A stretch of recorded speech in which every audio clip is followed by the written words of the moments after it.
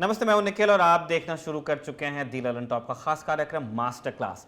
Master class में हमने अब थोड़ी तब्दीली की है। पहले हम इंटरनेशनल रिलेशंस के किसी एक विषय पर विस्तार से बात करते थे, अब हमने इस दायरे को बढ़ाया है। टॉपिक किसी भी फील्ड से जुड़ा होगा, अब उर्दू शायरी हो सकती है, म्यूजिक, स्पोर्ट्स, स्पेस, फूड, कुछ भी हो सकता है, लेकिन फॉर्मेट वही है।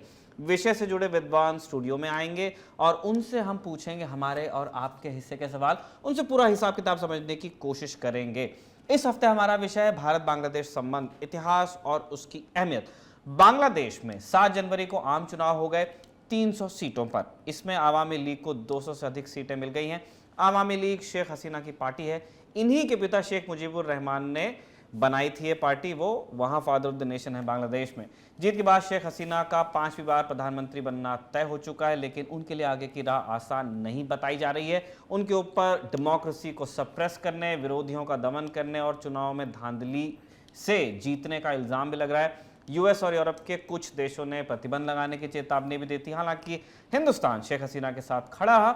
जीत के बाद प्रधानमंत्री मोदी ने फोन पर बात की, उनको बधाई दी। शेख हसीना ने भी उस दौर को याद किया इस बातचीत में जब हिंदुस्तान ने शेख मुजीब और उनके परिवार की हत्या के बाद उन्हें शरण दी थी। हुआ क्या था तब? भारत ने कैसे बांग्लादेश का साथ निभाया इतने सालों में? विपक्षी पार्टियों ने इस चुनाव का बॉयकॉट क्यों कर दिया? कौन है वो लोग जो अभी भी बांग्लादेश में 2024 में पाकिस्तान से मिलने का सपना देखते हैं, 50 साल की हिस्ट्री को पीछे करने का सपना देखते हैं? पश्चिमी देश शेख हसीना से इतने नाराज क्यों रहते हैं? और बांग्लादेश की उथल पुथल का हिंदुस्तान पर क्या असर पड़ सकता है? ऐसे ही और कई सवाल है, कई जिज्ञासा हैं, जिनका जवाब आज की मास्टर क्लास में आपको मिलेगा।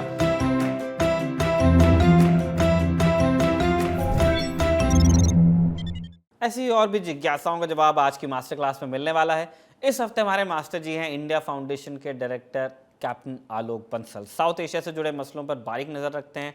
4 आप किताबें लिख चुके हैं अब तक, और अकेडमिया में आने से पहले कैप्टन बंसल इंडियन नेवी में थे। श्रीलंका में भारत के पीस कीपिंग मिशन और पवन में तैनात थे। 2 वॉरशिप्स को कमांड कर चुके हैं। कैप्टन, बहुत बहुत स्वागत है आपका।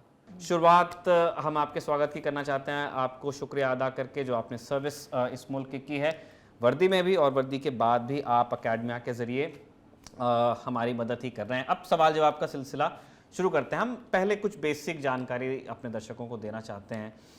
1971 तक बांग्लादेश पूर्वी पाकिस्तान के नाम से जाना जाता था। उसका एक नए मुल्क के तौर पर सामने आना कितना बड़ा इवेंट था दुनिया के लिहाज से, इस रीजन के लिहाज से? देखिए, एक बहुत बड़ी चीज़ थी। इसको हमें समझना चाहिए कि 1971 में बांग्लादेश की जनसंख्या पाकिस्तान से ज़्यादा थी। यानी कि जो पूर्वी पाकिस्तान था उसकी जनसंख्या पश्चिमी पाकिस्तान से ज़्यादा थी। 1970 में जो चुनाव हुए थे उसमें आवामी लीग, जो उस वक्त बांग्लादेश या पूर्वी पाकिस्तान की सबसे बड़ी पार्टी थी, वो विजयी हुई थी और उसको सत्ता बनानी थी। और उसको जब सत्ता नहीं दी गई, उस समय के सैनिक तानाशाह ने, जो जनरल याह्या खान थे, जुल्फ़िकार अली भुट्टो के कहने पर, तो उसके बाद ही ये जो विद्रोह है शुरू हुआ। और उसके बाद हमने देखा कि एक स्वतंत्र राष्ट्र का निर्माण हुआ। और अगर आप देखें, पाकिस्तान से अलग होने के बाद जो बांग्लादेश की ट्रेजेक्ट्री रही है वो पाकिस्तान की ट्रेजेक्ट्री से काफ़ी अलग रही है। और इसके कारण आज बांग्लादेश जो है सिर्फ दक्षिण एशिया में ही नहीं बल्कि संपूर्ण विश्व में एक चमकते सितारे के रूप में उभरा है। आज देखिए, बांग्लादेश की जनसंख्या पाकिस्तान की जनसंख्या से काफ़ी कम है जी। उसका जो जनसंख्या ग्रोथ रेट है वो भारत से भी कम है। आज ह्यूमन डेवलपमेंट इंडेक्स बहुत अच्छा है। और बिना एक बेल भी कपास का उगाए आज वो अपैरल का हब है। दुनिया के जो वस्त्र बनते हैं उसका एक बहुत बड़ा गढ़ बांग्लादेश बन चुका है। और ये एक बहुत काबिले तारीफ है कि अगर आप इस्लामिक वर्ल्ड की बात करें, जो इस्लामिक विश्व है, उसमें बांग्लादेश ने जिस तरीके से अपने सोशल इंडिकेटर्स को इम्प्रूव किया है वो काबिले तारीफ है। चाहे पॉपुलेशन ग्रोथ रेट हो या हेल्थ इंडिसेस हो या रेडिकलाइजेशन को जिस तरीके से उन्होंने दबा के रखा है, कंट्रोल किया है, वो काबिले तारीफ है। और ये सब उन्होंने पाकिस्तान से अलग होने के बाद है। और इसका असर ये है कि आज आप कई बार देखेंगे कि पाकिस्तान के अखबार में लोग एडिटोरियल्स छापते हैं या ऑप-एड्स छापते हैं कि भाई हमें अमेरिका, रूस और भारत तो नहीं बनना, कम से कम बांग्लादेश तो बना दो आप। जब अपनी सरकार से वो लोग गुहार करते हैं कि एटलीस्ट हम बांग्लादेश जैसे तो बन जाएं, तो ये भी लोग आज अपेक्षा करने लगे हैं पाकिस्तान के, जिससे वो अलग हुआ था। कैप्टन, बांग्लादेश की जो आज़ादी आती है 1971 में, उसमें हिंदुस्तान की जो भूमिका है उसको आप अंडरस्टेट करने का कोई उसको तरीका नहीं है। जिस तरह से एक बड़ा कैंपेन चला, कैंपेन से पहले मुक्ति वाहिनी की हमने मदद की, तब 1970s में उसके उत्तरार्ध में हिंदुस्तान ने किया, उसने हमारी छवि को इंटरनेशनल फोरा पे तब कैसे अफेक्ट किया था? देखिए, इसको हमें समझना चाहिए कि पहली बात तो ये थी कि जब दमन शुरू हुआ पूर्वी पाकिस्तान में, जब जो पूर्वी पाकिस्तान था और बांग्लादेश था, तो एक बड़ी संख्या में वहाँ से लोग भारत आए और भारत ने उनको शरण दी। और भारत उस वक्त दुनिया के सारी राष्ट्रों से चीख चीख कर कह रहा था। अगर आप देखें, सन 70 का जो भारत था वो एक गरीब मुल्क था, हमारे पास संसाधनों की कमी थी। उसके बावजूद हमने इतनी बड़ी संख्या में बांग्लादेश से आए हुए विस्थापितों को शरण दी और उनको लुक आफ्टर किया। और हमारी जो उस वक्त प्रधानमंत्री थी श्रीमती इंदिरा गांधी, वो पश्चिम के कई देशों में गई जहां उन्होंने बांग्लादेश का मुद्दा उठाया। पर क्या था कि शीत युद्ध के चलते उस वक्त विश्व इस कदर विभाजित था, और उस समय जो अमेरिका के राष्ट्रपति थे रिचर्ड निक्सन, उनके लिए याह्या खान एक बहुत बड़ा कार्य कर रहे थे। वो अमेरिका को चीन से जोड़ रहे थे। अगर आपको याद हो, हेनरी किसिंजर जब पहली बार चीन गए तो वो पाकिस्तान गए थे और वहां से उन्होंने कहा कि मेरी तबीयत खराब है, और फिर उनको सीक्रेटली चाइना ले जाया गया।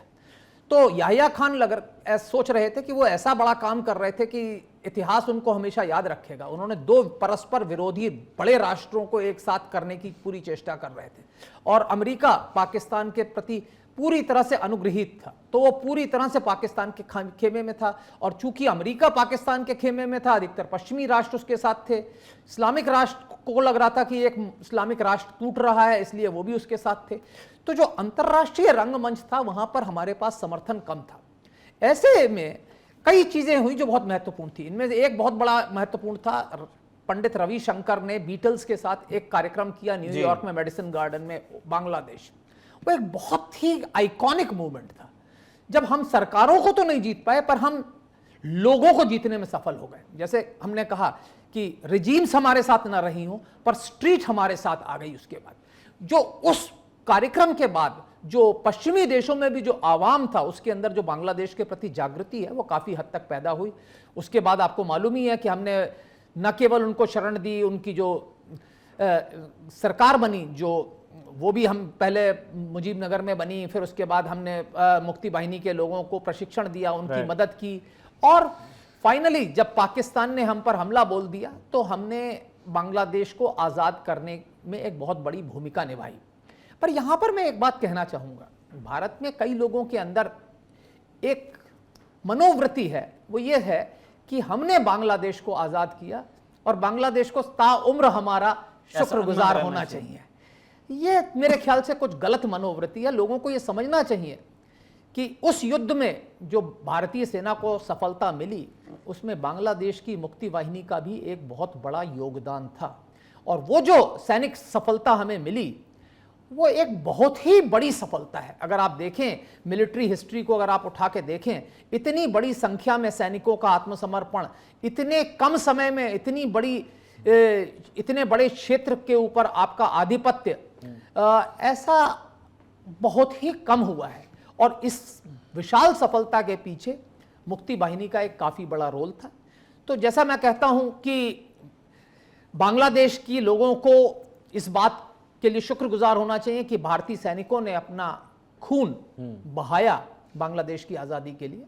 उसी तरह से हमको भी इस बात के लिए शुक्रगुजार होना चाहिए कि मुक्ति वाहिनी की सहायता से हमारे जो रीसेंट हिस्ट्री है, जो हमारा अभी का इतिहास है, उसमें एक सबसे बड़ी विजय जो हमें मिली, उसमें एक मुक्ति सबसे डिसाइसिव विक्ट्री हमारी वही थी 71 की। निर्णायक जो विजय हमें मिली, उसमें मुक्ति वाहिनी का एक बहुत बड़ा रोल था। और इसीलिए अगर आप देखें जो आज सरकार है, वो दोनों ही जिन्होंने अपना खून बहाया इस देश की स्वतंत्रता के लिए, अभी जो सरकार है वो उनका शुक्रिया अदा करने की हर संभव चेष्टा कर रही है। मैं कैप्टन एक आखिरी चीज़ कॉन्टेक्स्ट के लिए पूछना चाहता हूं। जब हम इस रिकॉर्डिंग से पहले चाय पी रहे थे, आपने एक बड़ी इंटरेस्टिंग बात हमसे कही कि इंडियन डिप्लोमेसी का टेस्ट केस है बांग्लादेश, क्योंकि जिस तरह के संबंध आप वहाँ पैदा करना चाह रहे हैं उनके लिए बहुत ही कंड्यूसिव ग्राउंड है नहीं। आप लैंड बॉर्डर्स को देखेंगे तो बांग्लादेश को अगर किसी एक नेबर के बारे में अगर उसे चिंतित होना है तो वो अनफॉर्चुनेटली हम ही हैं। लेकिन उसी बांग्लादेश से हम बहुत अच्छे संबंध रखना भी चाहते हैं, लेकिन बहुत इजी भी नहीं है डील करना, क्योंकि मैप में बहुत छोटा दिखता है लेकिन दुनिया का 8वां सबसे बड़ा मुल्क है वो, और उतने सारे लोगों के एस्पिरेशंस का आपको ध्यान रखना है, पॉलिटिकल एस्पिरेशंस हैं, उनकी सोशियो इकोनॉमिक एस्पिरेशंस हैं। तो बांग्लादेश की जो सिचुएशन है हमारे नेबरहुड में, वो हमारी सामरिक और सुरक्षा दृष्टि से कितना अहम बना देती है उस जगह को? देखिए, पहली चीज तो ये समझना चाहिए कि जब 71 में बांग्लादेश का स्वतंत्रता युद्ध हुआ, तब भी एक बड़ी संख्या ऐसे लोगों की थी जो प्रो पाकिस्तान थे। देखिए, 71 के चुनाव में 2 सीटें छोड़ के सारी सीटें अवामी लीग जीती थी, पर ऐसा नहीं है कि विपक्षियों को कोई वोट नहीं मिले थे। तो ऐसे 25-30% लोग ऐसे थे जो उस समय भी पाकिस्तान के साथ जाने के लिए तैयार थे, और उनका एक बड़ा हिस्सा था जमाते इस्लामी जैसे पॉलिटिकल पार्टी से, जो उस वक्त बांग्लादेश का विरोध कर रही थी। उसके अलावा एक बड़ी संख्या में ऐसे लोग थे जो बिहार से विस्थापित होकर गए थे बांग्लादेश में। उनको लग रहा था कि ये जो बांग्लादेश बन रहा है, जो बंगालियों के लिए बन रहा है, उसमें हमारी क्या जगह होगी, उनको भी चिंता थी, तो वो भी पाकिस्तान के साथ थे। तो क्या है कि बांग्लादेश में एक एंटी लिबरेशन मूवमेंट रहा है हमेशा, एक ऐसी फोर्स रही है जो बांग्लादेश की स्वतंत्रता नहीं चाहती थी। और क्या हुआ कि सन 75 के बाद जब शेख मुजीबुर रहमान की हत्या हो गई, तो ऐसे तत्वों का शासन पर एकाधिकार हो गया, क्योंकि दुर्भाग्य से बांग्लादेश के वो सैनिक जो पाकिस्तान के अंदर थे और पाकिस्तान की सेना के साथ लड़ रहे थे, वो पाकिस्तान में ही रह गए। और बाद में जब उनको वापस बांग्लादेश किया गया, तो बांग्लादेश ने गलती कर उनको सेना में मिला लिया, सम्मिलित कर लिया। और चूंकि वो सीनियर पोजीशंस पे थे, एक ऐसा समय आया जब सेना के ऊपर एंटी लिबरेशन लॉबी का दबदबा हो गया, और उन्होंने फिर एक के बाद एक, आपने देखा, सैनिक कूज हुई। तो अब जो ये लोग एंटी लिबरेशन थे, अब वो ये तो नहीं कह सकते थे कि अब हम स्वतंत्र हो गए हैं तो अब हम फिर पाकिस्तान से जुड़ना चाहेंगे। तो उनको एक प्रोजेक्ट करने के लिए एक एंटी इंडिया जो फीलिंग्स थी वो प्रोजेक्ट करते थे। दूसरा क्या है, बांग्लादेश का अगर आप भूगोल देखें, चारों तरफ से भारत से घिरा हुआ है, करीब करीब एक छोटा सा हिस्सा अगर आप म्यांमार का छोड़ दें तो भारत से। तो अगर किसी खतरे को, अगर आपको किसी खतरे को दर्शाना है तो भारत से ही दिखाएंगे। आर्थिक रूप से हम एक दूसरे, सारा सामान भारत से आता था। फिर क्या है, सीमाओं पे कुछ ना कुछ होता ही रहता है। जैसा कि आप जानते हैं, सीमा पे जो भी फोर्स रहती है वो लोगों को आने जाना रोकती है, कई बार भ्रष्टाचार में भी लिप्त रहती है, और इसलिए कई चीजें, कई घटनाएं होती हैं। जो भी घटना होती थी उसको बढ़ा चढ़ा कर दिखाया जाता था, एक धार्मिक मुद्दा भी हो जाता था। एक जो अल्पसंख्यक थे बांग्लादेश में, उनके खिलाफ ये जब एंटी लिबरेशन फोर्सेस आई तो काफी अत्याचार हुए। तो जब वो भारत में आते थे तो एक वो होता था। एक बड़ी संख्या में इलीगल माइग्रेशन भी हुआ बांग्लादेश से इस दौरान, क्योंकि उस दौरान में बांग्लादेश बहुत गरीब था, और गरीबी के कारण वहां से क्या था कि काफी लोग जो है रोजगार के लिए भारत आते थे, तो वो भी एक समस्या थी। तो कई ऐसी चीजें हुई जिससे कि भारत और बांग्लादेश के संबंध जो थे तनावपूर्ण थे। लेकिन बांग्लादेश को बिना साथ लिए हम दक्षिण एशिया को एक करने का जो हमारा सपना है वो पूरा नहीं हो सकता, क्योंकि हमें समझना चाहिए कि पाकिस्तान वैचारिक रूप से ही भारत विरोधी है, क्योंकि पाकिस्तान की जो स्थापना हुई है वो 2 नेशन थ्योरी के अंतर्गत हुई है, और ये जो विचारधारा है ये एक धर्मनिरपेक्ष भारत की विचारधारा के बिल्कुल ही विपरीत है। और इसलिए पाकिस्तान के साथ मेरा नहीं मानना है कि कोई लंबा तालमेल हो सकता है। और अन्य जो छोटे राष्ट्र हैं दक्षिण एशिया के, वो भारत के साथ कुछ हद तक जुड़े हुए हैं, और उनके लिए भारत का कोई पर्याय नहीं है। तो इसलिए जो बांग्लादेश में जो होता है वो भारत की दक्षिण एशिया की जो विदेश नीति है उसकी परिणति होगी। अगर बांग्लादेश आपके साथ है तो आप दक्षिण एशिया में सफल हैं, और अगर बांग्लादेश आपके साथ नहीं है तो आप विफल हैं। और यह भी समझ लीजिए, पश्चिम में हमारा रास्ता पाकिस्तान ने रोका हुआ है, उत्तर में हमारा रास्ता चीन ने रोका हुआ है। भारत की बढ़ती अर्थव्यवस्था को हमें रॉ मटेरियल्स भी चाहिए और बाजार भी चाहिए। तो इसके बाद सिर्फ एक पूर्व का ही दायरा बचता है जहां हम जा सकते हैं, और इसीलिए प्रधानमंत्री एक्ट ईस्ट की बात करते हैं। और अगर हमें एक्ट ईस्ट करना है तो बांग्लादेश और म्यांमार दोनों ही हमारे लिए बहुत महत्वपूर्ण है। अगर आप देखें 65 के बाद से बांग्लादेश और भारत के बीच में जो आवागमन के रास्ते थे, जो जरिए थे, ट्रेन लाइंस थी, रोड्स थी, सारी रुक गई थी, और अब हमने करीब करीब उनको फिर से रिवाइव कर दिया और कई नई बन गई हैं।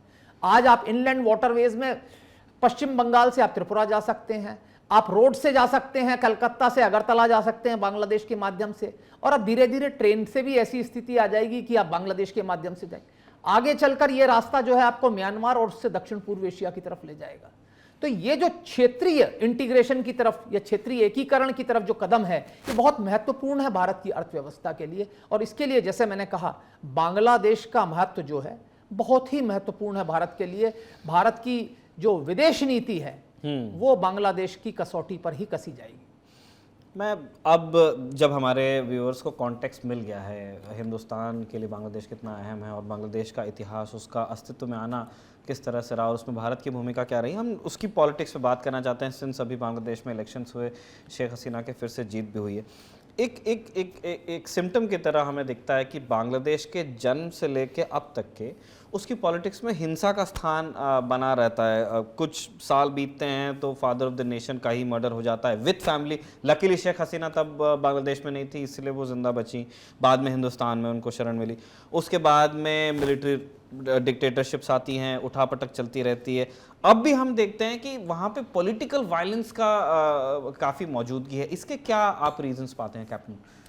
देखिए, एक तो हमें ये समझना चाहिए कि जो बंगाल था, अगर आप अंग्रेजों के ज़माने से भी देखें, जब औपनिवेशिक बंगाल था, तो जो स्वतंत्रता की जो ज्वाला थी वो सबसे पहले बंगाल में जलती थी। एक किसी महान पुरुष ने कहा था, जो आज बंगाल करता है वो कल शेष भारत करता है। और किसी ने और उसके बाद क्या था कि अगर आप देखें जितने भी क्रांतिकारी मूवमेंट्स हुए वो बंगाल में हुए। तो बंगाल के लोग पढ़े लिखे थे और एजिटेट करते थे। उसके बाद 47 में पाकिस्तान विभाजन हो गया और 47 के बाद वहाँ के लोग जिस तरीके से दमन चक्र से पीसे गए, वहाँ पे हिंसा होनी स्वाभाविक थी। हिंसा के जो स्वतंत्रता की लड़ाई थी बांग्लादेश की, वो अहिंसक नहीं थी, वो हिंसक थी। उसमें बहुत सारी जान माल गई। पाकिस्तान की सेनाओं ने वहाँ पे कत्लेआम किया और कुछ उसकी भी प्रतिक्रिया भी देखी गई। लेकिन क्या है कि बांग्लादेश के उत्पन्न होने के बाद जिन हालातों में बांग्लादेश का जन्म हुआ, आर्थिक स्थिति बहुत गंभीर थी। पाकिस्तान से कुछ पैसा नहीं मिला, एक नए राष्ट्र की स्थापना हुई। भारत भी उस समय इतना संपन्न नहीं था कि उनकी पूरी तरह से आर्थिक सहायता कर सके। और इसके कारण जो वहाँ का जो जीवन यापन था वो उसमें समस्याएं थी। और क्या है, जैसे मैंने कहा, जो सेना थी वो पाकिस्तान की ट्रेंड थी, पाकिस्तान में प्रशिक्षित थी। जिस तरीके से पाकिस्तान में सेना का प्रभुत्व था, वही सेना ने यहाँ स्थापित करने की कोशिश की। और फिर आपने देखा कि एक के बाद एक वहाँ पे कूज होती चली गई, जिन्हें कहते हैं तख्ता पलट होता चला गया। और पाकिस्तान में तो बाद में तख्ते पलट सिर्फ सेनाध्यक्षों ने किया। बांग्लादेश में अफ्रीका स्टाइल कूज हुई, जहां पे कर्नल्स ने या आम सैनिकों ने भी विद्रोह करना शुरू कर दिया और एक के बाद एक हत्याएं होती गईं। और ये काफी समय तक चली। मेरे ख्याल से जब जनरल जियाउर रहमान की हत्या हुई मेजर जनरल मंजूर के द्वारा, शायद उसके बाद ये सिलसिला कुछ हद तक रुक गया है। तो आज जो है, जो आप हिंसा देख रहे हैं, ये थोड़ा भिन्न तरीके की हिंसा है। जो पहले हिंसा होती थी वो अलग थी और जो अब हिंसा हो रही है वो अलग है। अब जो हिंसा हो रही है वो बीएनपी, जो वहां की प्रमुख विपक्षी पार्टी है, उसके द्वारा की जा रही है, क्योंकि उनको लग रहा है कि वो चुनाव जीत नहीं सकते और चुनाव में उन्होंने हिस्सा नहीं लिया। और जब उन्होंने चुनाव में हिस्सा नहीं लिया तो उन्होंने देखा कि आवामी लीग तो तीसरी बार फिर से चौथी बार फिर से जीत गई आसानी से, और एक बड़ी जीत के बाद वो 2/3 बहुमत प्राप्त करके फिर सरकार बनाएगी। तो जो निराशा थी उनको ये लग रहा था कि जब वो बॉयकॉट करेंगे इलेक्शन तो वैश्विक जनमत जो है सरकार के ऊपर इतना दबाव बनाएगा कि सरकार को चुनाव स्थगित करने पड़ेंगे। लेकिन ऐसा नहीं हुआ और चुनाव सफलतापूर्व हो गए और आवामी लीग जो है पूरी तरह से विजयी होकर अब सरकार बनाने की स्थिति में है। तो खिसियानी बिल्ली खंबा नोचे जैसे हम कहते हैं, तो वो बीएनपी के जो कार्डर्स हैं वो जगह जगह जो हिंसा की वारदातों पर लगे और उन्होंने चुनाव से पूर्व कई जगह बहुत हिंसा की। और इसका असर ये हुआ कि कुछ हद तक जो पोलिंग परसेंटेज था वो हिंसा के डर से भी थोड़ा डिप हुआ है। कैप्टन, ये तो बड़ी इंटरेस्टिंग बात है जो आपने बताया, पूरा एक हिस्टोरिकल कॉन्टेक्स्ट दिया। एक हम बीच में जब आप कह रहे थे कि जब अफ्रीका स्टाइल को आपने बड़ा अच्छा उसको टर्म भी दिया, हमें जानना चाहते हैं, सिंस वहाँ मिलिट्री ऑफिशियल्स ही इस तरह की चीज़ें कर रहे थे और हिंदुस्तान जैसा आपने बताया 3 दिशाओं से है, इनफैक्ट जो उनकी समंदर की सीमा है वहाँ पे भी हमारी नेवी डिप्लॉयड रहती है, तो क्या कभी हिंदुस्तान ने दोबारा कभी मिलिट्रीली इंटरवीन करने के बारे में क्यों नहीं सोचा, जब उन्होंने देखा कि इस तरह से जिसमें हमारा भी खून बहा था जिस डेमोक्रेसी को इस्टेब्लिश करने में, जब उसका इस तरह मजाक बना, तब इंडिया ने इंटरवीन करने से के बारे में क्यों, मतलब वो कतराता क्यों रहा? देखिए, मिलिट्री इंटरवेंशन किसी दूसरे राष्ट्र में करना पहली चीज तो इतना आसान नहीं है, ना तो अंतर्राष्ट्रीय जनमत उसकी अपेक्षा करता, और दूसरा एक चीज समझ लीजिए, जैसा मैंने कहा 71 में अगर आपने 14 दिन के अंदर बांग्लादेश को आजाद करा दिया तो उसमें एक बहुत बड़ी भूमिका मुक्ति वाहिनी की थी। लोकल्स आपके साथ थे? लोकल्स आपके साथ थे, वरना जो बांग्लादेश का टेरेन है वहां पे मिलिट्री ऑपरेशन करने के लिए आप महीनों करते रहते और आप आगे नहीं बढ़ पाते। तो चूंकि लोकल्स थे, आप बाईपास कर सके, जो पाकिस्तान आर्मी के जो स्ट्रॉन्ग पॉइंट्स थे हम उनको बाईपास करते हुए ढाका पहुंच गए, और एक इस तरीके का मनोवैज्ञानिक दबाव जो उनके सैनिक नेतृत्व था उसके ऊपर बनाया गया कि उसके पास आत्मसमर्पण के अलावा कोई चारा नहीं बचा। अगर आप देखें, जो हमारा जो आक्रमण था वो कई दिशाओं में रुका हुआ था, वो ढाका के कहीं करीब नहीं पहुंचा था। जो बांग्लादेश में विजय का 3,000 पैराट्रूपर्स थे ढाका के आसपास, और ढाका कैंटोनमेंट में पाकिस्तानी फौज 30,000 के करीब थी। नहीं, पैराट्रूपर्स के अलावा एक बहुत बड़ा इस युद्ध के दौरान एक बड़ा निर्णायक मोड़ आया जब एक हमारी जो कोर जनरल सगत सिंह के नेतृत्व में पूर्व की ओर से आ रही थी, उस कोर ने डिसीजन लिया, उसको चिटगांव जाना था, पर उसने डिसीजन लिया कि नहीं, उन्होंने ये निर्णय लिया कि हम मेघना नदी को क्रॉस करेंगे, और वो ब्रॉड डे लाइट में उन्होंने मेघना रिवर को क्रॉस किया हेलीकॉप्टर्स के द्वारा। यह तभी संभव हो पाया क्योंकि मुक्ति वाहिनी ने बताया कि दूसरे पार बिल्कुल साफ है, और उन्होंने जैसे ही मेघना को क्रॉस किया वो ढाका के पास पहुंच गए, और उसके बाद जो है जो मनोवैज्ञानिक दबाव बनाया गया हवाई जहाजों के द्वारा और अन्य चीजों के द्वारा, जनरल जेकब, गवर्नर हाउस को बॉम्ब किया गया, और उसके बाद जो गवर्नर ने इस्तीफा दिया, जनरल जेकब वहां गए और उन्होंने उनको मनोवैज्ञानिक और दबाव डाला, और उसके बाद उसके पास आत्मसमर्पण के सिवाय कोई नहीं रहा। लेकिन अगर आप देखोगे जो हमारे अन्य कोर ऑफेंसिव्स थे, जो उत्तर की ओर से आ रहे थे या जो पश्चिम की ओर से आ रहे थे, वो ढाका से सैकड़ों मील दूर थे।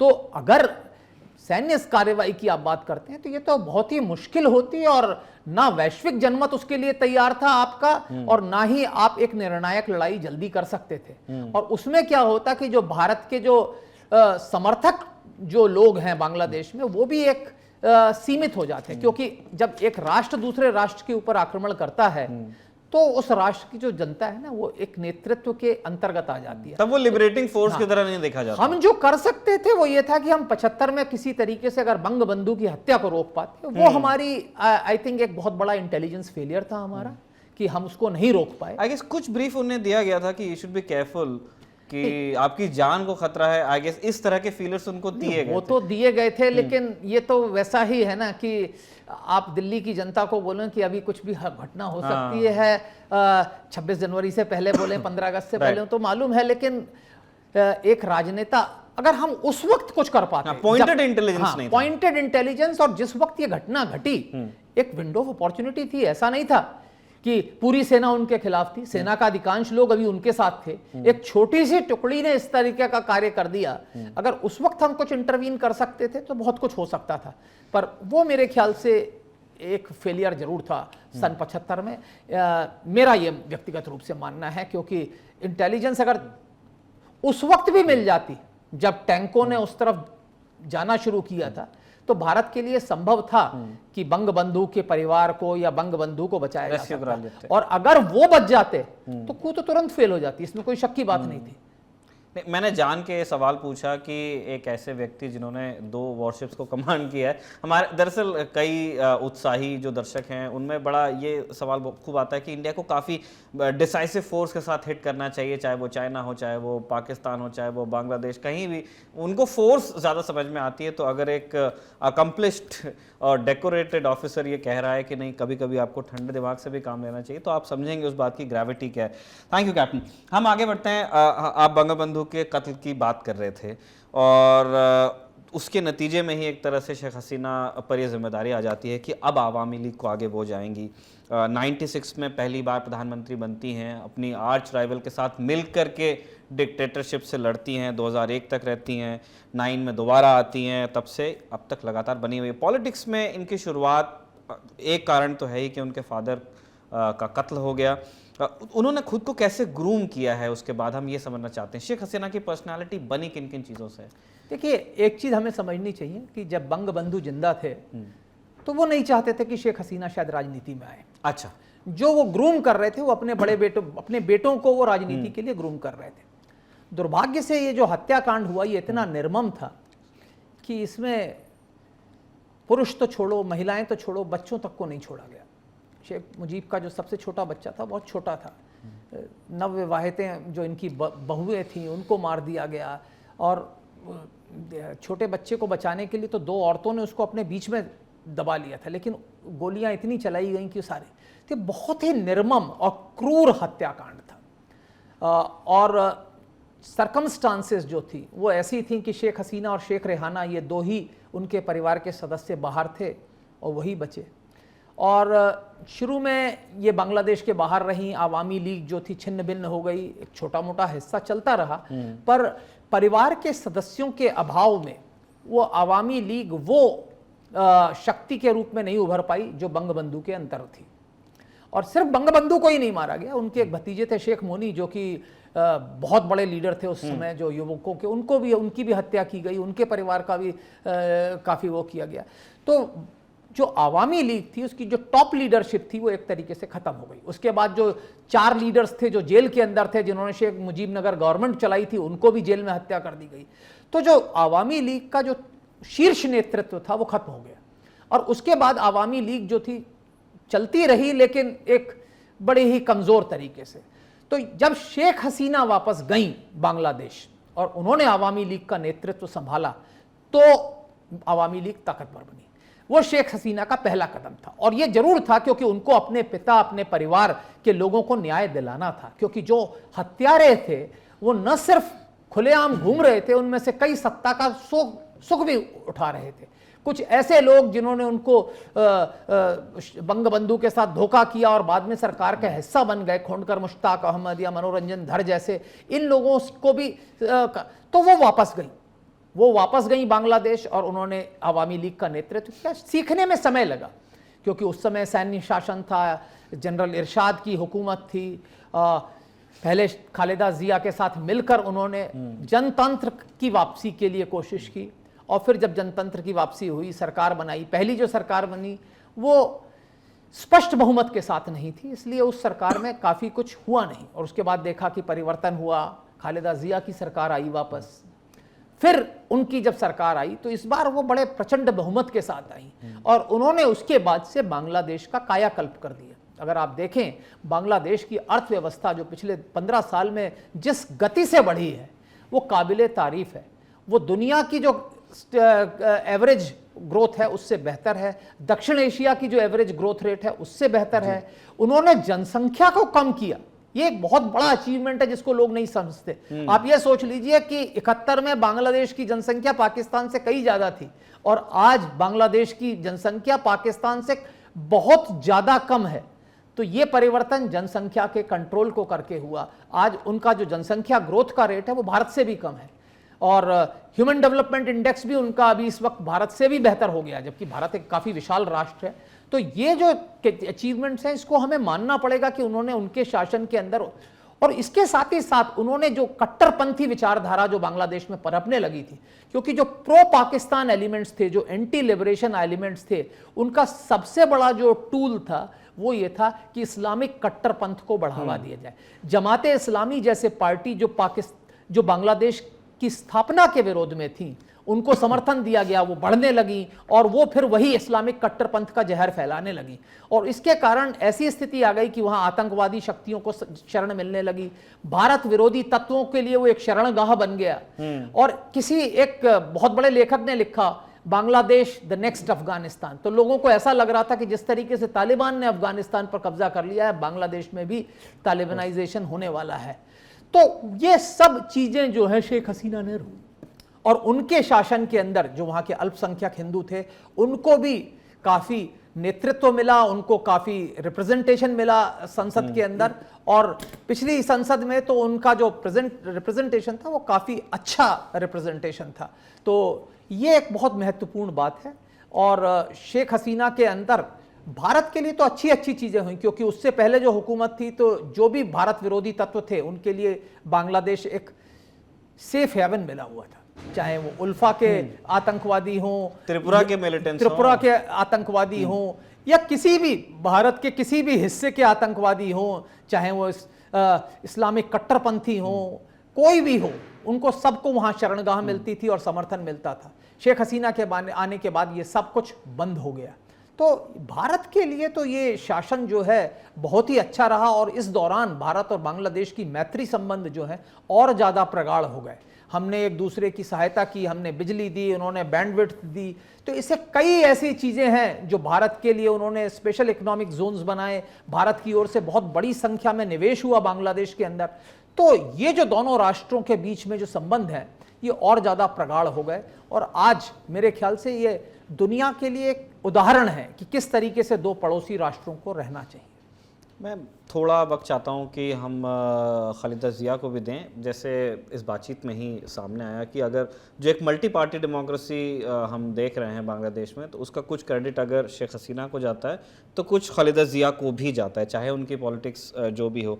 बीएनपी उनकी पार्टी है, वो भी शेख हसीना की तरह एक ट्रेजिडी के चलते ही उनके हस्बैंड का कत्ल हुआ तो वो पॉलिटिक्स में आई।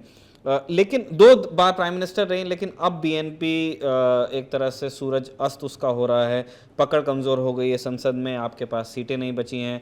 2024 के चुनाव का बॉयकॉट किया और इल्ज़ाम लगाया कि उनके कार्यकर्ताओं को, नेताओं को जेल में डाला गया फॉर नो गुड रीज़न, कुछ नहीं करके भी, और निष्पक्ष चुनाव नहीं है, इस तरह का उन्होंने दावा किया। तो बीएनपी, और उनके ऊपर खुद करप्शन चार्जेस हैं, नज़रबंद हैं, तो बीएनपी ये अर्श पे थी एक वक्त, अब वहाँ से फर्श पे कैसे पहुँच गई है? और क्या इस बात में मेरिट है कि शेख हसीना ने वो बंगबंधु के फैमिली से आती है, लेकिन उनके ऊपर इल्ज़ाम ज़रूर लगता है कि बीएनपी के खिलाफ बदले की कार्रवाई उन्होंने की है? देखिए, जहाँ तक सवाल बीएनपी का है, जब ज़ियाउर रहमान जो कि आर्मी के जनरल थे, जब वो सेनाध्यक्ष थे और फिर बाद में राष्ट्रपति बन गए बांग्लादेश के, तो जब उनको एक राजनीतिकरण करना था तो उन्होंने बीएनपी की स्थापना की। इस पार्टी की स्थापना कैंटोनमेंट के अंदर हुई और कैंटोनमेंट के अंदर ही पली और बड़ी हुई। खालिदा ज़िया अभी कुछ साल पहले तक कैंटोनमेंट में ही रहती थी जब से, तो कैंटोनमेंट में थी। इसका कभी भी मास सपोर्ट बेस नहीं था, मतलब काडर नहीं था। जैसे आवामी लीग के पास एक काडर है, वो काडर नहीं था। तो बीएनपी का समर्थन था, ऐसा मैं नहीं कह रहा कि बीएनपी के पास समर्थन नहीं था। जो एंटी लिबरेशन फोर्सेस थी, जो भारत विरोधी तत्व थे, वो सामान्यतः बीएनपी को समर्थन देते थे। और जैसे मैंने कहा कि 30-35% ऐसा तबका बांग्लादेश में था, और डिपेंडिंग ऑन क्या उस समय की नीतियां हैं, ये कभी ऊपर हो जाता था, कभी नीचे हो जाता था। विशेषकर जो शहरी इलाके हैं वहां पे बीएनपी का समर्थन जो है फ्लक्चुएट करता था और काफी रहता था। तो खालिदा ज़िया की पार्टी अच्छी रही, लेकिन पिछले चुनाव के बाद क्या हुआ कि 2009 में जब ये आवामी लीग सरकार में आई और एक डिसाइसिव विक्ट्री के साथ आई, तो उसके बाद जो इन्होंने जो भ्रष्टाचार के मामले थे वो उठाए, और खालिदा ज़िया और उनके बेटों के खिलाफ कई केस उठे।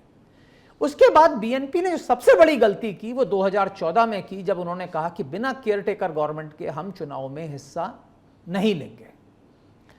अब इसमें मैं ये बताना चाहूँगा कि जब 1996 में इन्होंने एजिटेशन किया था, उसके बाद एक कुछ इस तरीके की इन्होंने एक नियम बनाया था पिछली बार जब खालिदा ज़िया की सरकार हटी थी, कि चुनाव जो है केयरटेकर गवर्नमेंट के अंडर में होंगे। लेकिन जो केयरटेकर गवर्नमेंट उस टाइम भी आई थी खालिदा ज़िया के हटने के बाद, वो हटने का नाम ही नहीं ले रही थी। वो अपनी जो ब्रीफ थी उसको एक्सटेंड करते चली गई, बढ़ती चली गई। वो ऐसा लग रहा था वो अपनी खुद की एक हुकूमत स्थापित करना चाह रहे हैं। अब ये समस्या थी कि बांग्लादेश की कोर्ट ने ये डिसीजन दिया कि इंटरिम जो सरकार है वो संविधान के अनुरूप में नहीं है और इसकी कोई आवश्यकता नहीं है, और इसलिए 2014 में शेख हसीना ने कोई अंतरिम सरकार बनाने के लिए सहमत नहीं, और इसके खिलाफ बीएनपी ने उस इलेक्शन का बॉयकॉट किया। बीएनपी को लग रहा था कि अगर हम बॉयकॉट करेंगे तो इस इलेक्शन की कोई वैलिडिटी नहीं रहेगी। लेकिन हुआ क्या कि जब चुनाव हुए, शेख हसीना चुनकर आई, तो भारत का समर्थन तो था ही था। शीघ्र ही अन्य पश्चिमी देशों ने भी समर्थन देना शुरू किया और फिर चीन ने भी समर्थन दे दिया। जब एक बार चीन ने समर्थन दे दिया तो पाकिस्तान जैसे कुछ ही राष्ट्र ऐसे बचे जिन्होंने समर्थन नहीं दिया था, और धीरे धीरे वैश्विक जनमत उनके साथ हो गया। और उसके बाद जिस तरीके से बांग्लादेश ने तरक्की की, तो ये जो विरोध था ये करीब करीब खत्म हो गया। 2018 के चुनाव में बीएनपी ने हिस्सा लिया, पर बहुत बुरी तरह से हारी। उनका कहना था कि चुनाव में गड़बड़ी हुई, हो सकता है कि पूरी तरह से चुनाव 100% निष्पक्ष न रहे हों, लेकिन जिस बुरी कदर बीएनपी हारी, उसके बाद यह दिख गया कि लोगों में बीएनपी का समर्थन नहीं है। एक और महत्वपूर्ण चीज हुई कि आवामी लीग की सरकार, शेख हसीना की सरकार ने जो बंग बंधु के हत्यारे थे और जो एंटी लिबरेशन एलिमेंट्स थे, जिन्होंने 71 में लोगों की हत्याएं की थी और पाकिस्तानियों के साथ मिलकर नरसंहार किया था, उनके खिलाफ कानूनी कार्रवाई करनी शुरू की। और इसके अंतर्गत जमात के जो बड़े बड़े नेता थे उनको जेल हुई, कुछ को फांसी पे लटका दिया गया और जमात को गैर कानूनी डिक्लेयर कर दिया गया। जमात के गैर कानूनी होने से बीएनपी को जो सपोर्ट मिलता था जमात के काडर्स का, क्योंकि जैसे मैंने कहा बीएनपी का समर्थन हो सकता है लेकिन उसके पास काडर्स नहीं थे, तो ये काडर की जो कमी थी वो जमात के काडर से पूरी होती थी, क्योंकि जमात के पास भी एक काडर था, एक प्रशिक्षित ऐसे लोग जो कमिटेड थे, जो सड़क सड़क घूमने के लिए तैयार थे। आज भी हैं, भीड़ तो अभी भी खड़ी कर देते हैं। तो जमात का जो काडर था वो उसको नहीं मिला 2018 के चुनाव में, और इसलिए वो बहुत बुरी तरह से हारी। और उसके बाद अभी 2024 के चुनाव में वो फिर चाहते थे कि केयरटेकर गवर्नमेंट हो, और केयरटेकर गवर्नमेंट जब नहीं हुई तो उन्होंने बॉयकॉट किया। मेरे विचार से यह बीएनपी की बहुत बड़ी गलती थी, क्योंकि बीएनपी के कई नेता जो है, जो छोटे लेवल के नेता थे, वो इंडिपेंडेंट उन्होंने चुनाव लड़ा, वो निर्दलीय रूप में आके चुनाव लड़ा, और उनमें से एक तो शायद मेरे ख्याल से जीते भी हो, मैं अभी तक पूरा एनालिसिस उसका नहीं कर पाया हूं। पर इन चुनाव में जो भी हुआ हो, एक चीज मैं कह सकता हूं कि जो वोट डालने की प्रक्रिया थी वो पूरी तरह से निष्पक्ष और साफ थी। और कई जगह ऐसा हुआ कि आवामी लीग के जो ऑफिशियल कैंडिडेट थे उसको निर्दलियों ने हरा दिया या किसी अन्य पार्टी के कैंडिडेट्स ने हराया है, और कई जगह पे बड़ी टफ कॉन्टेस्ट हुई है। तो हालांकि ये निर्णय बीएनपी के बॉयकॉट करने के बाद सही है कि ये बात निश्चित थी कि आवामी लीग की सरकार बनेगी, पर क्या एक एमपी इलेक्ट होकर होगा या नहीं होगा, ये बात चुनाव होने तक पूरी तरह से अनिश्चित थी। कई जगह आवामी लीग के जो कई नेता जिनको टिकट नहीं मिला वो निर्दलीय रूप में खड़े हुए और उनमें से कई जीते। अच्छा, वहां भी ये हिंदुस्तान की तरह वहां भी होता है कि जब टिकट्स आपके आते नहीं तो इंडिपेंडेंट्स जो मजबूत होते हैं वो फाइल कर देते हैं, वहां भी ये चल रहा है। देखिए, ये हमेशा ही रहता है जब आदमी को लगता है कि भाई कई सिटिंग एमपीज को टिकट नहीं दिया गया। अब सिटिंग एमपी है तो आप कुछ तो मजबूत होंगे ही, पैसा होगा, थोड़ा कुछ जनाधार भी होगा, तो आपको लगता है कि भाई अगर जनाधार है तो लगता है कि भाई मुझे मिलना चाहिए, तो वो लोग कई बार निर्दलीय खड़े होते हैं। और कई केसेस में एक और महत्वपूर्ण चीज थी कि शेख हसीना ने ऐसे निर्दलियों के खिलाफ कोई कार्रवाई नहीं की जो आवामी लीग के थे और चुनाव लड़ रहे थे। क्योंकि हम ये जानना चाहते थे कि दो तरह के नेता होते हैं। एक नेता होते हैं जो कोऑप्ट करने वाली पॉलिटिक्स करते हैं, जो अपने विरोधियों को किसी तरह वो अपना बना लेते हैं, या भय से या धन से या लोभ से। और दूसरे विंडिक्टिव नेता होते हैं जो स्कोर फिर सेटल करते हैं कि तू मेरे खिलाफ खड़ा हुआ था तो अब मैं हिसाब करूंगा या करूंगी। तो शेख हसीना आप कह रहे हैं कि वो कोऑप्ट वाले रूट से आगे जाती हैं, तो ये इंडिपेंडेंट्स भी सर्वाइव करेंगे? इंडिपेंडेंट भी सर्वाइव करेंगे, और जो अन्य पॉलिटिकल पार्टीज हैं जिसमें राइट विंग जातीय पार्टी कह सकते हैं, जो जनरल इरशाद की एक जमाने में पार्टी थी, रूलिंग पार्टी थी एक जमाने में, वो राइट विंग पार्टी हो या लेफ्ट विंग पार्टीज हो, वर्कर्स पार्टी हो या जासुद कहलाता है, जेएसडी कहलाता है, वो पार्टी हो, लेफ्ट विंग पार्टीज हो, ये सब आज की तारीख में कुछ हद तक आवामी लीग के साथ एक कोलिशन बनाकर सरकार चलाती रही है। तो ये एक स्थिति है जिसमें कि उन्होंने काफ़ी पार्टीज़ को अपने साथ कोऑप्ट किया है। पर इसमें एक समस्या ये आती है कि कई बार जो है आपके पास अपोजिशन नहीं रह जाता। हालांकि मेरा ये मानना है कि जो जातीय पार्टी है और उसके जो नेता हैं वो इस बार एक विपक्षी दल का अच्छा रोल निभाएंगे और अगर वो निभाएंगे तो उनके लिए एक बहुत बड़ी अपॉर्चुनिटी है, क्योंकि बीएनपी ने बॉयकॉट कर कर एक जो स्थान है उनके लिए खाली छोड़ दिया है। अगर जातीय पार्टी अपना संस्थागत ढांचे को और सुदृढ़ करे तो जातीय पार्टी के पास एक मौका है एक दूसरी सबसे बड़ी पार्टी के रूप में उभरने का। सर, आप जितने इन पॉलिटिकल प्लेयर्स के बारे में बता रहे थे उसमें से एक पे हम चाहते हैं कि आप थोड़ा और अपना विजडम हमारे दर्शकों से बांटें, जमाते इस्लामी। एक आपने बताया कि बीएनपी की पॉलिटिक्स से मिलती जुलती उनके भी इंक्लिनेशंस हैं, और जो एंटी लिबरेशन फोर्सेस वहाँ पे बांग्लादेश में हिस्टोरिकली रही हैं उसमें कई का this is sort of agreement जो जमाती इस्लामी के एलिमेंट्स हैं उनके साथ में। इससे इतर उनकी पॉलिटिक्स को हम कैसे समझें, वो क्या चीज़ें चाहते हैं, सत्ता को वो किस तरह से देखते हैं, और अगर इफ़ एट ऑल कभी कोई अगर फ्यूचर एग्जिस्ट करता है, क्योंकि शेख हसीना ने अभी तक अपने सक्सेसर पे काम या तो किया नहीं है, अगर कर रही हैं वो तो वो प्लान्स बहुत पब्लिक नहीं है, तो कभी इस तरह के फोर्सेस आती हैं जिनमें जमाती इस्लामी टाइप के एलिमेंट्स अगर आगे आते हैं तो हिंदुस्तान के लिए वो किस तरह की स्थिति होगी? देखिए, पहली चीज़ तो हमें समझना चाहिए कि मैंने बीएनपी को बोला कि उसको एंटी लिबरेशन फोर्सेस का सपोर्ट है। ऐसा नहीं है कि बीएनपी के सारे नेता एंटी लिबरेशन फोर्स के, उनमें कई ऐसे थे जो आज़ादी की लड़ाई में भी लड़े, लेकिन उनका जो एक बहुत बड़ा सपोर्ट है वो एंटी लिबरेशन फोर्सेस से है। लेकिन जहाँ तक सवाल जमात का है, वो खुलेआम एंटी लिबरेशन फोर्स थी। उसने 71 की लड़ाई में पाकिस्तानी सेना की सहायता की, वो कोलैबोरेटर थे उस युद्ध में। तो उनको तो हमेशा से यह माना जाता है कि ये जो है गद्दार हैं, जहां तक सवाल बांग्लादेश का है। लेकिन उनकी जो विचारधारा है मौलाना मौदूदी की विचारधारा है, जैसा कि आप जानते हैं। जो जमाते इस्लामी हिंद है, जमाते इस्लामी पाकिस्तान है, ये सब एक थियोलॉजिकल जो विचारधारा है वो उनकी सेम है। और ये एक कट्टरपंथी इस्लामिक राष्ट्र की स्थापना की बात करते हैं। पहले शासन में रहे हैं, अगर आपको याद हो पिछली जो सरकार थी खालिदा जिया की, उसमें जमात के मंत्री थे मंत्रिमंडल में। अभी जो उनको गैर कानूनी कर दिया गया है तो इससे काफी हद तक मार्जिनलाइज हो गए, लेकिन जिसे कहते हैं गुप्त रूप से कार्य चल रहा है, समर्थन भी बढ़ रहा है, और इस संभावना से इनकार नहीं किया जा सकता कि आगे चलकर उनके समर्थक फिर से सत्ता में काबिज हो सकते हैं। और उनके समर्थकों का सत्ता में आना भारत के लिए बहुत ही नुकसानदायक हो सकता है। पहली चीज तो ये क्योंकि वो भारत विरोधी हैं। दूसरी ये कि अगर वो शासन में आते हैं तो भारत विरोधी तत्वों को वहां पर शरण दी जा सकती है।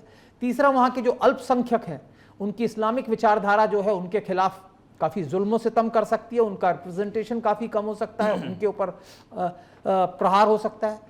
और सबसे बड़ी बात, जो भारत को बांग्लादेश के थ्रू आवागमन की सुविधाएं मिली हैं वो रुक सकती हैं। भारत का जो निवेश है उसके ऊपर प्रश्न चिन्ह उठ सकता है। भारत के लिए जो बैंडविड्थ मिल रही है बांग्लादेश से उस पर प्रश्न चिन्ह हो सकता है। जो भारत बिजली सप्लाई कर रहा है, जो हमारा आपसी व्यापार है उसमें समस्याएं हो सकती हैं। बहुत सारी ऐसी समस्याएं हैं जो अगर जमात ताकत में आती है तो हो सकती है। दूसरी चीज ये समझना चाहिए कि ये जो कट्टरपंथी विचारधारा वाली जो शक्तियां हैं, ये एक ऐसी विचारधारा को प्रचारित करती हैं जिसके अंदर आतंकवादी शक्तियां जो हैं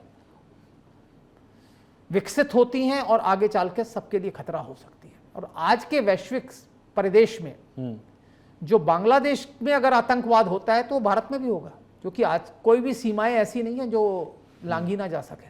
और भारत और बांग्लादेश की सीमा तो काफी पोरस है, उससे तो लोग इधर उधर जा ही सकते हैं, आज भी जाते हैं और कल भी जाएंगे।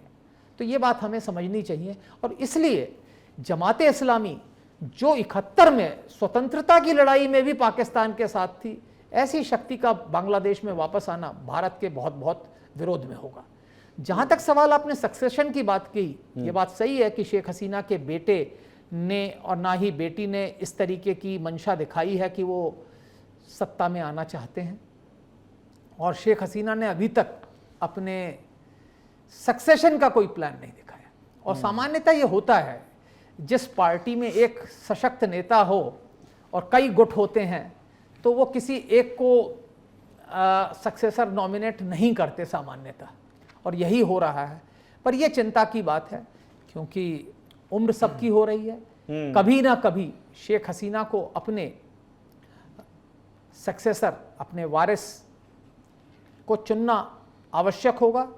और भारत के लिए भी आवश्यक होगा कि आवामी लीग में अगली जो पीढ़ी है उसका नेतृत्व आगे उभरे और ऐसे लोगों का उभरे जो एक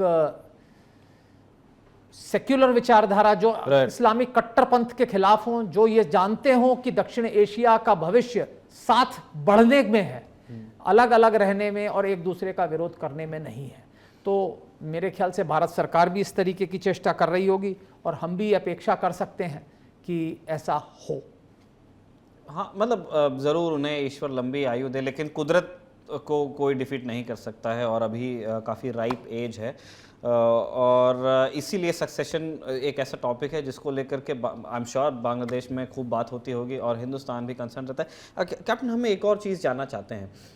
अगेन इस रिकॉर्डिंग से पहले जब हम बात कर रहे थे तो हमने इस एक बिंदु को, बड़े इंटरेस्टिंग बिंदु को एक्सप्लोर किया कि हमारी जो इंडिया में एक जो रूडिमेंट्री अंडरस्टैंडिंग है of Sheikh Hasina and her party कि एक काफ़ी मॉडर्न सेक्युलर सेटअप है, लेकिन आपने कहा कि ऐसा नहीं है कि जितने सारे गुट हैं बीएनपी में, माफ़ कीजिए अवामी लीग में, वो सब एक ही दिशा में सोचते हैं या वो सब लोग नेसेसरीली अग्री करते हैं शेख हसीना के साथ में। बहुत सारे क्लोजेटेड फंडामेंटलिस्ट भी हैं उनकी पार्टी में जो अभी तो कुछ नहीं कहते हैं ना, वो अभी तो वो बिल्कुल शेख हसीना की हाँ में हाँ मिलाते हैं, लेकिन क्या वो उनके शेख हसीना के जाने के बाद भी इसी तरह बिहेव करेंगे, इस बात की कोई गारंटी नहीं है।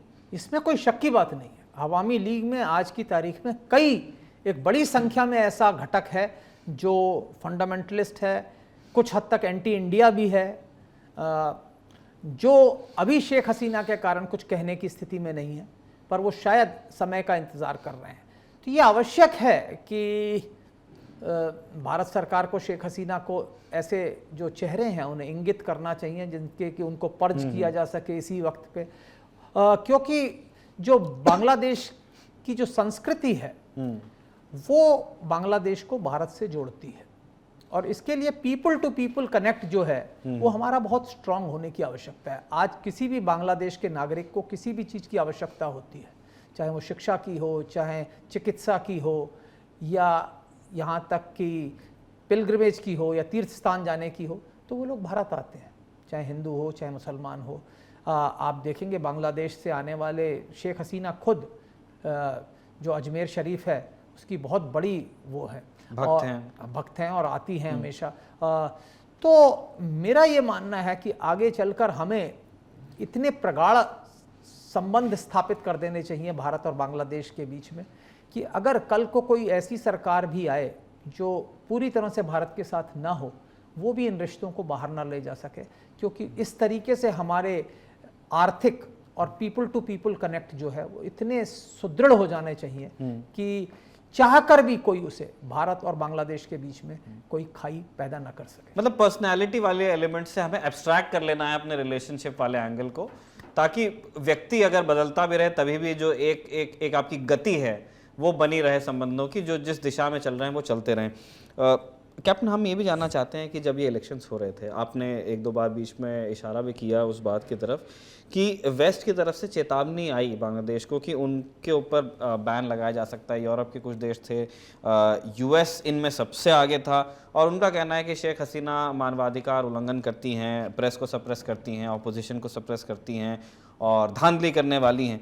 तो ये तो ऊपर ऊपर की बात होगी, असली अंदर की बात क्या है? क्यों वेस्ट शेख हसीना से इतना नाराज है? देखिए, ये बड़े आश्चर्यजनक बात है कि पश्चिमी राष्ट्र किस लिए बोल रहे हैं कि चुनाव नहीं हो रहे ढंग से, क्योंकि केयर टेकर गवर्नमेंट नहीं स्थापित की। क्या किसी भी पश्चिमी राष्ट्र में केयर टेकर गवर्नमेंट के अंदर में चुनाव होते हैं? क्या राष्ट्रपति ट्रंप ने जब चुनाव कराए थे तो क्या केयर टेकर सरकार के अंतर्गत नहीं कराए थे? तो हमला कर दिया था, उन्होंने तो हमला कर दिया था। तो स्थिति ऐसी है कि वो राष्ट्र जो आज बांग्लादेश के ऊपर प्रश्न चिन्ह कर रहे हैं उनको अपने गिरेबान में झांकना चाहिए। जहाँ तक सवाल प्रजातंत्र का है, पश्चिमी देशों ने तो एक से बढ़कर एक तानाशाहों को समर्थन किया है। उन्होंने पूरा मिडिल ईस्ट अय्यूब खान से लेके याह्या खान से लेके जियाउल हक का समर्थन किया है, परवेज मुशर्रफ का समर्थन किया है। और आज पाकिस्तान में जो केयरटेकर सरकार है, जो 3 महीने के अपने टेन्योर से आगे बढ़ी चली जा रही है, चुनाव नहीं करा रही, पॉलिसी डिसीजंस ले रही है, उसके खिलाफ इन्होंने कोई वक्तव्य नहीं दिया। तो ये थोड़ा मुझे आश्चर्यजनक लगता है और ये एक सेलेक्टिव इंटरप्रिटेशन लगता है कि भाई आपको प्रजातंत्र की जो चिंता है वो किसी एक राष्ट्र में है और अन्य राष्ट्रों में नहीं है। ये बात थोड़ा हजम नहीं होती। साथ ही साथ उनको ये भी समझना चाहिए कि शेख हसीना का जो पर्याय है वो आतंकवादी शक्तियां हैं, वो कट्टरपंथी शक्तियां हैं जो सिर्फ बांग्लादेश को ही नुकसान नहीं पहुंचाएंगी और बांग्लादेश के पड़ोसी मुल्कों को ही नुकसान नहीं पहुंचाएंगी, वो आगे चलकर पूरे विश्व को नुकसान पहुंचा सकती है। तो मेरे ख्याल से पश्चिमी देशों को इसको थोड़ा बेहतर नजरिए से देखना चाहिए। कुछ ऐसी घटनाएं हुई हैं जिसमें बांग्लादेश की और पश्चिमी देशों के दूतावास या राजनयिकों के बीच में कुछ झड़पें हो गई हैं। इन व्यक्तिगत चीजों का जो है असर जो है आज हम देख रहे हैं कि पॉलिसी डिसीजंस में हो रहा है।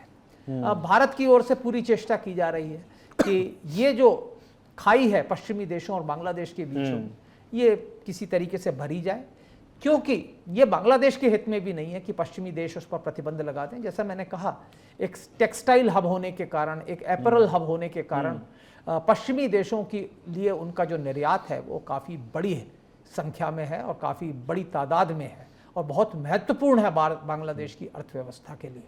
और इसलिए आवश्यक है कि ये जो खाई है इसको पाटा जाए और इसको पाटने में भारत का एक प्रमुख भूमिका हो सकती है।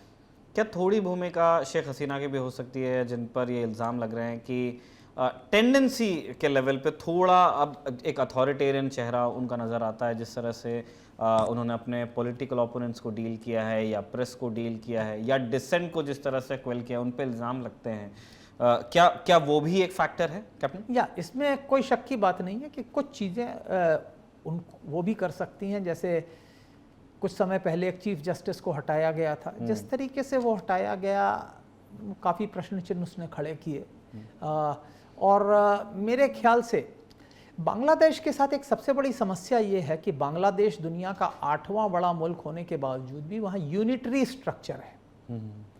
अगर एक कुछ तरीके का एक फेडरल स्ट्रक्चर बांग्लादेश में स्थापित हो जाए तो अन्य राजनीतिक दलों को भी कोई स्पेस मिल सकती है। जैसे आप भारत में देखेंगे कि भारत में कोई राजनीतिक दल किसी राज्य में शासन कर रहा है तो वो एक थोड़ी स्पेस उनको मिल जाती है।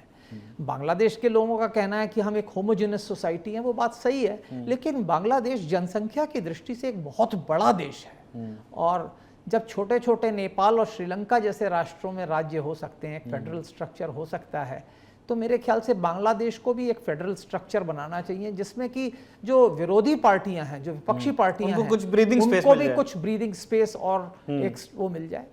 साथ ही साथ मेरा ये मानना है कि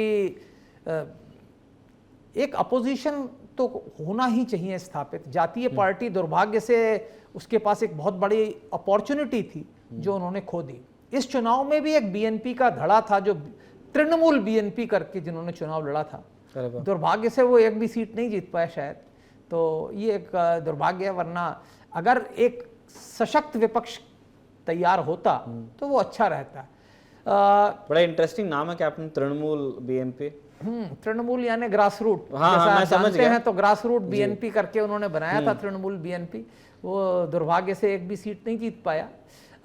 दूसरा क्या है कि जो अपोजिशन पार्टीज हैं भी ना, जैसे जातीय पार्टी है, तो जो चुनकर आते हैं उन लोगों का कई बार एस्पिरेशंस इस तरीके से बढ़ जाती हैं कि वो चाहती हैं कि सरकार के साथ अलायंस में उनको भी एक आध मंत्री पद मिल जाए, बजाय इसके कि वो एक विपक्षी दल की भूमिका अदा करें। वो कई बार नहीं करना चाहते और ये एक समस्या है और इसी का हम फल देख रहे हैं, क्योंकि फेडरल स्ट्रक्चर ना होने के कारण जो शासन में नहीं है उनके पास पॉलिटिकल स्पेस बहुत लिमिटेड हो जाता है। ठीक बात है कैप्टन। अब हमारे आखिरी 2 सवाल हैं आपसे। एक सवाल अगेन हमारी इस रिकॉर्डिंग से पहले हुई बातचीत का ही है कि, और आपने उसकी तरफ एक बार इशारा कर भी दिया जब आप अपनी बात रख रहे थे, कि हमें इस बात को समझना पड़ेगा कि शेख हसीना प्राइम मिनिस्टर हैं बांग्लादेश की, तो उनसे हमारी एक्सपेक्टेशन ये नहीं हो सकती कि वो हमारे कैबिनेट में मिनिस्टर फॉर बांग्लादेश अफेयर्स की भूमिका में ना वो बात करेंगी, ना वो अपनी बात रखेंगी और उनके सारे डिसीजंस आपको सूट नहीं करेंगे। तो उस बारे उस टेंडेंसी पे थोड़ा सा प्रकाश डालिएगा जो आप चेतावनी देना चाहते थे दर्शकों को। दूसरा हम एक और चीज़ जानना चाहते थे कि हमारे यहाँ हिंदुस्तान में भी कभी कभी पॉलिटिकल नैरेटिव में ऐसी बातें हो जाती हैं जो बांग्लादेश में शायद सुनना उतना अच्छा नहीं लगता होगा।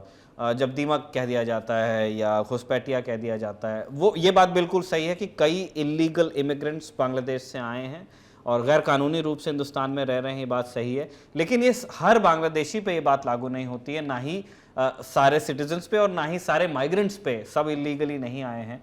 तो वो सुनने में बहुत अच्छी तो नहीं लगती। तो क्या इन चीज़ों की वजह से भी जो बांग्लादेश का पॉलिटिकल लैंडस्केप है वो प्रभावित होता है? नहीं, बिल्कुल आपने सही बात कही। पहली चीज तो ये है कि हमारे यहाँ कई बार जनमानस जो है इतनी अपेक्षाएं करने लगता है विदेशी नेतृत्व से, तो ये बात तो हमें समझनी चाहिए कि जो भी विदेशी नेतृत्व है वो उस देश का नेतृत्व है, हमारे देश का नहीं है। वो हमसे मैत्रीपूर्ण संबंध चाहते हैं, पर अगर आप ये सोचें कि वो सिर्फ आपका ही हित सोचें और अपने देश का हित नहीं सोचें तो ये संभव नहीं है। ये बात तो हमें अच्छी तरह समझ लेनी चाहिए कि वो चुने गए हैं अपने देश का हित देखने के लिए, आपका हित देखने के लिए नहीं। तो हमारी कोशिश ये होनी चाहिए कि हम ऐसे कार्य करें जिसमें दोनों देशों का हित हो, जो राजनीतिक रूप से दोनों देशों की जनता को एक्सेप्टेबल हो। कई बार ऐसा नहीं कहा जाता, जैसे आपने कहा ये दीमक और घुसपैठिया वाली बात की, ये बड़ी दुर्भाग्यपूर्ण है कि इस तरीके के कमेंट्स करना किसी के ऊपर। मैं यहाँ दो चीजें बताना चाहता हूँ। जैसे मैंने कहा कि अब बांग्लादेश की जो जनसंख्या का जो ग्रोथ रेट है, जो पॉपुलेशन ग्रोथ रेट है, वो अब इंडिया से कम हो गया है। तो अब वो प्रेशर उतना नहीं है और आप ये देखेंगे कि इलीगल जो माइग्रेशन है वो काफी हद तक रुक गया है। दूसरी चीज ये समझना चाहिए कि अमेरिका जैसा विकसित राष्ट्र भी मैक्सिको से आने वाले इलीगल इमिग्रेंट्स को आज तक रोक नहीं पाया। With their technology and with their resources, उनके रिसोर्सेज और टेक्नोलॉजी के बावजूद नहीं रोक पाया। ये आर्थिक विस्थापन है और इसको रोकने का एक ही तरीका है कि आप बांग्लादेश के अंदर रोजगार पैदा कीजिए, और उसके लिए भारत की कंपनियां अब वहां पे निवेश कर रही हैं। और जैसे जैसे बांग्लादेश में रोजगार बढ़ता जाएगा, आप देखेंगे कोई बांग्लादेश से नहीं आएगा, बल्कि कुछ हो सकता है भारतीय वहां जाएं कार्य करने के लिए। अभी भी जा रहे हैं, जो मिड लेवल में और हायर लेवल में कई लोग जाते हैं बांग्लादेश कार्य करने के लिए। और जैसे जैसे वहां पे भारतीय निवेश बढ़ेगा या अन्य कंपनियों का निवेश बढ़ेगा, रोजगार की संभावनाएं बढ़ेंगी, आप देखेंगे कि लोग भारत से भी जाएंगे। और ये एक नजरिया ये रखना कि बांग्लादेशी घुसपैठी हैं या कुछ और हैं, ये मेरे ख्याल से अनुपयुक्त होगा इस वक्त पे। हो सकता है एक समय जब वहाँ पे गरीबी की बहुत बुरी हालत थी और जब आदमी गरीबी से जूझ रहा हो और भूख से जूझ रहा हो, तो जो भी उसको रास्ता मिलता है वो चुनता है, और ऐसा दुनिया में हमेशा होता आया है। लेकिन अब बांग्लादेश की वो स्थिति नहीं है। बांग्लादेश की जो अर्थव्यवस्था है बेहतर स्थिति में है और उस तरीके की घुसपैठ अब आप देखेंगे नहीं होगी। इलीगल माइग्रेशन होता है, ये विश्व में होता है। जैसे मैंने कहा आर्थिक है, मतलब कोई वो गजवाए हिंद नहीं है कि वो कोई आर्मी ऑफ टर्माइट्स हमला करने हिंदुस्तान पे आ रही है और वो चाट जाएगी। इसीलिए मैंने ये पूछा था कि इस विस्थापन का नेचर क्या है। आपने बताया इकोनॉमिक है, अपने चरित्र में, अपनी प्रकृति में, कि लोग इकोनॉमिक अपॉर्चुनिटीज के लिए आ रहे हैं और हो सकता है अगर वहां बेहतर है, और ये होना भी चाहिए, ग्लोबलाइजेशन का जमाना है, जिन्हें जहां अपॉर्चुनिटी मिले हम भी जाते हैं, यूएस जाते हैं, कनाडा जाते हैं, ऑस्ट्रेलिया जाते हैं, पूरी दुनिया में आप जाएंगे तो आपको हिंदुस्तान के लोग मिलेंगे। उसी तरह बांग्लादेशी लोग भी अपनी विसिनिटी में जाते हैं। इनफैक्ट यहाँ पे मैं एक चीज और कहना चाह रहा था कि बांग्लादेश से एक बड़ी संख्या में लोग भारत आते हैं। जैसे मैंने कहा रोजगार के लिए आते हैं, उसके अलावा पर्यटन के लिए आते हैं, स्वास्थ्य सेवाओं के लिए आते हैं, शिक्षा के लिए आते हैं और धार्मिक स्थलों के दर्शन के लिए आते हैं। बिल्कुल। लेकिन दुर्भाग्य से भारत से बांग्लादेश बहुत कम लोग जाते हैं अपेक्षाकृत, जबकि बांग्लादेश में भी कई पर्यटन स्थल हैं, कई धार्मिक मंदिर हैं, कई धार्मिक स्थल हैं, कई मंदिर हैं, कई मस्जिद हैं, काफी हैं। इनफैक्ट ढाकेश्वरी मंदिर तो सबने सुना होगा, लेकिन बांग्लादेश के अंदर कई ज्योतिर्लिंग भी हैं। हालांकि अब वो ज्योतिर्लिंगों में भी वो शायद छोटे ज्योतिर्लिंग हैं, जो महत्वपूर्ण ज्योतिर्लिंग है उसमें नहीं माना जाता, लेकिन जैसे टेकनाथ है, एक कॉक्सस बाजार के पास है, जो दुनिया की सबसे बड़ी कंटिन्यूअस बीच है, वो कॉक्सस बाजार में है। एक बहुत बढ़िया जगह है देखने के लिए, सुंदर वन का इलाका है। तो जो बांग्लादेश के अंदर जो पर्यटन है उसको शायद उतना बढ़ावा नहीं दिया गया है। अब बांग्लादेश के हम बंदरगाहों का प्रयोग कर रहे हैं उत्तर पूर्व के क्षेत्र से निर्यात और आयात के लिए। उसके साथ ही साथ मेरे ख्याल से ये भी आवश्यक है कि भारत के लोग भी बांग्लादेश के अंदर जाएं, घूमें, पर्यटन लें, और उससे क्या है कि एक दूसरे का समझने का अंडरस्टैंडिंग डेवलप होगी और वो दोनों देशों के बीच बेहतर संबंधों के लिए बहुत ही महत्वपूर्ण है। ये बात सही है कि हम किसी एक नेता से जो एक्सपेक्टेशंस है हमारी कि वो प्रो इंडिया बातें करें या प्रो इंडिया उनके एक्शंस हो, उससे बेहतर ये है कि हमारा पीपल टू पीपल कनेक्ट इतना बढ़िया है कि लोग ही एक दूसरे को इतना बेहतर समझते हैं कि वो जो पॉलिटिक्स पैदा करते हैं वो दोनों देशों के हितों को साधने वाली हो। बहुत बहुत शुक्रिया कैप्टन हमसे बात करने के लिए, आप यहाँ तक के आए, तकलीफ़ लिया आपने हमारे स्टूडियो आने की। एक अंतिम सवाल, क्योंकि आप एक ऑथर भी हैं इसलिए हम पूछ रहे हैं, जो लोग बांग्लादेश की पॉलिटिकल हिस्ट्री को समझना चाहते हैं और इंडो बांग्लादेश रिलेशंस में जिनकी दिलचस्पी है, वो बिल्कुल ये मास्टर क्लास देखें, हमें उम्मीद करते हैं। लेकिन क्या कोई रीडिंग्स हैं जो आप रेकमेंड कर देंगे? देखिए, जिनको बांग्लादेश की पॉलिटिकल हिस्ट्री पढ़नी है उनके लिए एक मैस्करेनहेस की एक किताब है, Bangladesh a legacy of blood. ये उस दौर की कहानी बताता है जब बांग्लादेश में 75 के बाद जो हिंसा का एक जो दौर चला था, सैन्य हिंसा का जो दौर चला था, और ये आपको बांग्लादेश के बारे में काफ़ी कुछ बताता है, उसको आप पढ़ सकते हैं। हालांकि मेरा हमेशा से ये मानना है कि अगर आपको किसी भी देश को पढ़ना है तो आपको उस देश के अखबार को पढ़ना शुरू करना चाहिए, और अखबार को पहले पन्ने से लेके आखिरी पन्ने तक आप पढ़ें तो आपको बहुत कुछ मिलेगा। इश्तिहार में क्या होता है, जो एडवर्टाइजमेंट्स होते हैं, विज्ञापन होते हैं, उससे भी आपको बहुत जानकारी मिलती है। क्या फिल्म चल रही है, क्या एक्टिविटीज़ हो रही हैं। हेडलाइंस तो सभी लोग पढ़ लेते हैं, पर अंदर के पेजों में जो लिखा रहता है, संपादकीय क्या है, और उसके अलावा जो छोटी छोटी खबरें हैं, वो आपकी जो जानकारी है उस राष्ट्र के बारे में बढ़ाते हैं। अगर आप उसे कंसिस्टेंटली पढ़ें तो, अगर आप एक ओवर ए पीरियड आप एक अखबार को पढ़ते चलेंगे तो आपकी जो जानकारी है, किसी भी एक पुस्तक को पढ़ने से जो जानकारी बनेगी उससे कहीं बेहतर आपकी जानकारी हो जाएगी। बहुत बहुत शुक्रिया कैप्टन हमसे बात करने के लिए, हमारे स्टूडियो तक आने के लिए। आइंदा जब बांग्लादेश से संबंधित कोई बातचीत हम इस तरह की करते हैं, अपने दर्शकों के सवाल लेते हैं, कुछ अपने सवाल इकट्ठा करते हैं, तो हम कामना करेंगे कि आप दोबारा यहाँ पे आएँ और दोबारा इसी तरह की दिलचस्प बातचीत हो। बहुत बहुत शुक्रिया हमारे दर्शकों का ये मास्टर क्लास देखने का, और शुक्रिया कैप्टन आपका भी। धन्यवाद।